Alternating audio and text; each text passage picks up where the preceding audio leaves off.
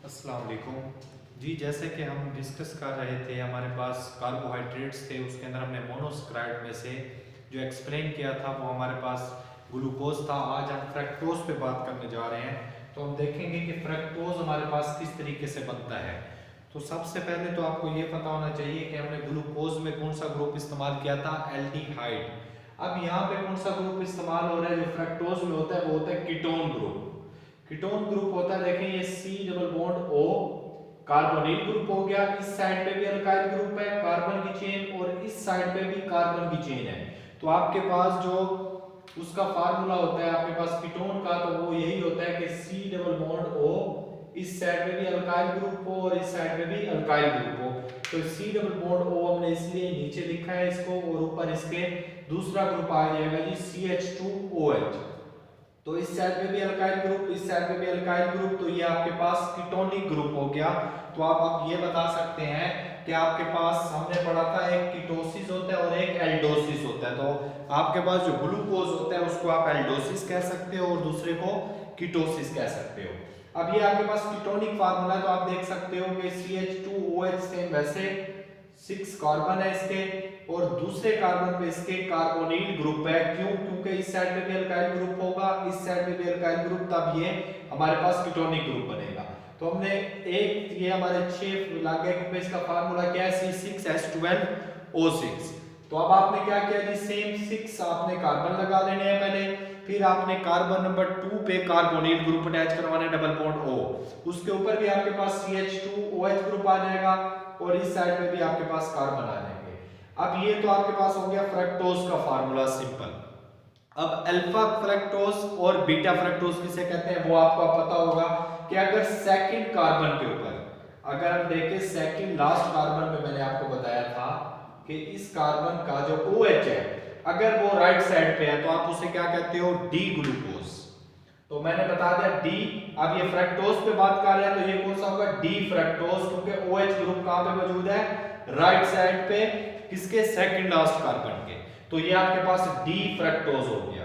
अब अल्फा और beta fructose किस तरीके इसको कहेंगे, तो सेम ग्लूकोज का जैसे मैंने आपको बताया था कि ये जो OH ग्रुप होता है ये ऊपर जाता है, ये इस कार्बन के पास जाएगा, कार्बोनिल ग्रुप के पास जो ऑक्सीजन है ये मोर इलेक्ट्रोनेगेटिव होता है और कार्बन इलेक्ट्रोपॉजिटिव, जिसकी वजह से इस पे नेगेटिव चार्ज आ जाता है और इस पे पॉजिटिव चार्ज आ जाता है कार्बन पे।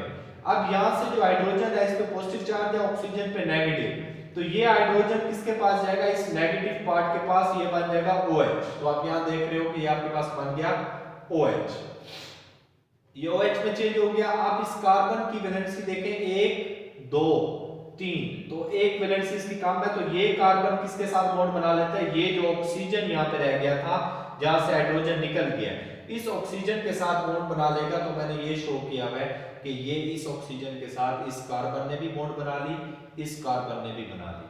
तो अब आप कह सकते हो कि अगर OH ग्रुप आपके पास राइट साइड पे जाके लगा है तो आप क्या कहते थे, वो आपके पास अल्फा होता है। ग्लूकोज में के स्ट्रक्चर में मैंने आपको एक्सप्लेन कर दिया था। तो ये आपके पास अल्फा इसलिए आया क्योंकि OH ग्रुप आपके पास राइट साइड पे बना, तो अल्फा। डी क्यों कह रहे हैं, सेकंड लास्ट कार्बन के ऊपर जो OH है वो राइट साइड पे है, इसलिए डी, अल्फा डी फ्रक्टोज। और बीटा डी फ्रक्टोज कैसे बनेगा, सेम उसी तरीके, लेकिन OH ग्रुप आप इस जगह लगने की बजाय लेफ्ट साइड पे चला जाएगा। देखें अब ये CH2OH जो है ये इस साइड आ गया और OH इस साइड पे है, तो आपने OH इस साइड पे दिखा दिया। तो अब ये आपके पास कौन सा होगा, बीटा डी फ्रक्टोज। डी तो आपको सेकंड लास्ट कार्बन की वजह से ना कि OH group second last carbon के अगर राइट साइड पे हो तो हमने कहा था वो हमारे पास डी होता है। बीटा किस लिए आया, बीटा इसलिए आया कि यहां से जो H गया वो OH ग्रुप बन के लेफ्ट साइड पे लगा, जब लेफ्ट साइड पे लगेगा तो आप कहते थे वो बीटा होगा, और अगर OH ग्रुप ऊपर जाके जो हमारे पास ग्रुप है उसके अगर राइट साइड पे लगता है तो वो हमारे पास अल्फा होगा। तो आपको अल्फा फ्रक्टोज और बीटा फ्रक्टोज का बता दिया। ये हमारे पास फिशर प्रोजेक्शन है, ये जो हमने स्ट्रक्चर बनाया इसको फिशर प्रोजेक्शन कहते हैं। अब हम हॉवर्थ प्रोजेक्शन की तरफ आते हैं कि अगर आपने इसका साइक्लिक स्ट्रक्चर बनाना हो तो किस तरीके ड्रा करते हैं। तो देखें आप इजीली है कि आप क्या करते हैं, आप इस बात को समझ लें कि जो आपके पास राइट पे होते हैं ना, राइट पे जितने भी मॉलिक्यूल उसको आप नीचे लिखते हैं डाउन, ये आपके पास कार्बन 1 हो गया, 2 3 4 5 6 यहाँ पे आ जाएगा जी। अब आप यहाँ पे देख सकते हैं कि मैंने कहा राइट हैंड साइड पे जितने भी आपके पास मॉलिक्यूल है ना, जैसे ये राइट साइड पे हैं जितने भी, इनको आप लिखते हैं हमेशा डाउन नीचे की तरफ, और जो लेफ्ट हैंड साइड पे होते हैं इसको आप लिखते हैं टॉप। तो इसको फॉलो करते हुए आप देख सकते हैं कि हमने राइट हैंड साइड वाले सारे डाउन लिखने हैं। तो ये आपके पास राइट हैंड साइड पे है, तो मैंने यहाँ पे लिख दिया जी OH डाउन में। इसी तरीके ये H, ये भी मैंने डाउन में लिख दिया। इसी तरीके ये OH हो गया आपके पास, और इसी तरीके ये आपके पास आएगा। तो इसका जो ये वाला ग्रुप होता है ये तो जाके इस साइड पे अटैच हो जाएगा ना, CH2OH।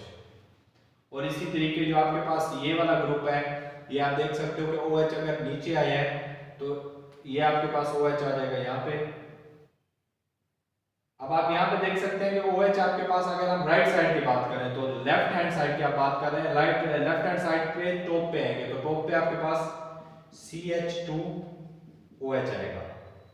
इसी तरीके आपके पास अगर हम बात करें दूसरे की तो OH है तो ये OH ऊपर आएगा। इसी तरीके यहाँ पे H है तो ये भी ऊपर आएगा, और नीचे वाला ये उसके साथ मिल जाएगा। ये आपके पास बन जाएगा जी आपके पास अल्फा डी फ्रक्टोज का फार्मूला, अल्फा डी फ्रक्टोज हो गया जी आपके पास ये। इसी तरीके आपने अगर बीटा बनाना हो तो फिर वैसे करें, जो आपके पास राइट साइड पे है उसको आपने डाउन में लिखना है। तो राइट हैंड साइड पे आपके पास पहला कार्बन है CH2OH, तो यहां लिख देंगे CH2OH। दूसरा है कि हाइड्रोजन, तो इसको भी नीचे लिखेंगे हाइड्रोजन। इसी तरीके OH है आपके पास, अब ये आ जाएगा तो इसको भी आप कहां पे लिखोगे जी CH2OH। अब हम उस साइड से आएंगे तो ये हमारे पास कहां पे आएंगे, जो हमारे पास ये टॉप पे आएंगे लेफ्ट हैंड साइड वाले, तो OH आपके पास कहां पे आ जाएगा, ये आपने ये आपने डाउन में लिखना है, क्योंकि राइट साइड पे जितने भी है वो आपने डाउन में लिखने थे, CH2OH। अब लेफ्ट साइड वाले आपने जो सा है वो टॉप पे लिखने हैं, तो टॉप पे लिख रहा हूं जी आपके पास OH आएगा, फिर ये वाला OH आएगा, फिर आपके पास H आएगा, फिर उसके बाद H आएगा। तो ये आपके पास बन जाएगा बीटा डी फ्रक्टोज का फार्मूला। ये आपके पास हॉवर्थ प्रोजेक्शन हो गई, जिसके अंदर आपने ग्लूकोज का स्ट्रक्चर पहले डिस्कस कर लिया था, फ्रक्टोज का भी हमने कर लिया, और ये हमारे पास कौन सा ग्रुप होता है, याद रखना कीटोनिक ग्रुप होता है फ्रक्टोज में। एल्डिहाइड ग्रुप हो तो वो ग्लूकोज होता है। केमिकल फार्मूला दोनों का सेम होता है। अब हम नेक्स्ट चलते हैं इसके जी। नेक्स्ट अगर हम बात करें तो हमारे पास दूसरा शुरू हो रहा है डाइसैकराइड, जिसे आप ओलिगोसैकराइड्स भी कहते हैं। तो ओलिगोसैकराइड्स को हमने किस तरीके एक्सप्लेन करने हैं, आप इसके अंदर आपने कहा था 2 से 9 यूनिट मोनोसैकराइड्स के पाए जाते हैं, और इसके अंदर हाइड्रोलाइसिस होती है, मतलब वाटर की रिमूवल हो सकती है। तो 2 to 9 यूनिट मोनोसैकराइड के कंबाइन होते हैं और वाटर को लूज करते हैं, जिसके जरिए आपके पास ओलिगोसैकराइड बन जाता है। अगर 2 का होंगे तो आप डाइसैकराइड कहोगे, 3 होंगे तो ट्राइसैकराइड, 4 होंगे तो टेट्रासैकराइड। तो फॉर्मेशन ऑफ ग्लाइकोसाइडिक लिंकेज, इनके दरमियान में जो लिंकेज बनेगी वो ग्लाइकोसाइडिक होगी, वो हम नेक्स्ट देखते हैं कैसे। इसकी एग्जांपल हमारे पास सुक्रोज, माल्टोज, लैक्टोज, ये सारे हमारे पास डाइसैकराइड्स हैं।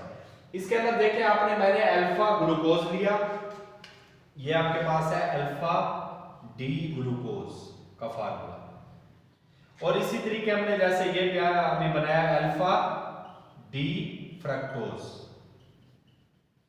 देखिए इन दोनों का स्ट्रक्चर जब आप बनाएंगे तो सेम ये स्ट्रक्चर है जो हमने बनाया था। अब इससे क्या होगा, फ्रक्टोज का OH ग्रुप और अपना ग्लूकोज का हाइड्रोजन ग्रुप, यहां से दोनों आपस में मिलके क्या बना देंगे, वाटर बना देंगे।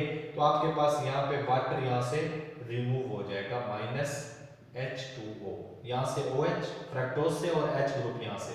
अब इनके दरमियान में ऑक्सीजन बच गया और ये बॉन्ड फ्री हो गई। तो होता क्या है, सिंपल ये ऑक्सीजन और इस कार्बन के दरमियान में देखें बॉन्ड बन जाती है।